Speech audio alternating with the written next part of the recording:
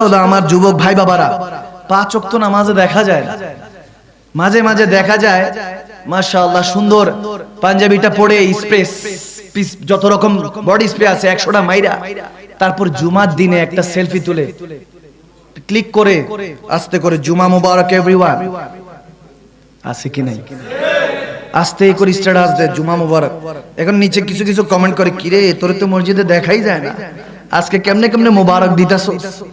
তারপর ওই নিচে দিয়া, আরে বেটা জুমার নামাজ সেজদা যদি আল্লাহ কবুল করে, দেখেন কত বড় মুহাদ্দিস সাহেব, সেজদা যদি কবুল করে জুমার নামাজের সেজদাই যথেষ্ট, ঠিক কি না? এখন কথা তো দামি, কিন্তু 5 ওয়াক্ত নামাজের মধ্যে তাকে দেখা যায় না। জুমার দিন হঠাৎ করে সারা দিন ফেসবুকের মধ্যে ওই যে কোরআন শরীফ বুখারী শরীফে তো নাই, ওনাদেরকে পাওয়া যায় ফেসবুক শরীফ, ইউটিউব শরীফে। তারপর আছে কিছু কিছু টিকটক শরীফ, আছে কি নাই? আওয়াজ দেন, আছে কি নাই?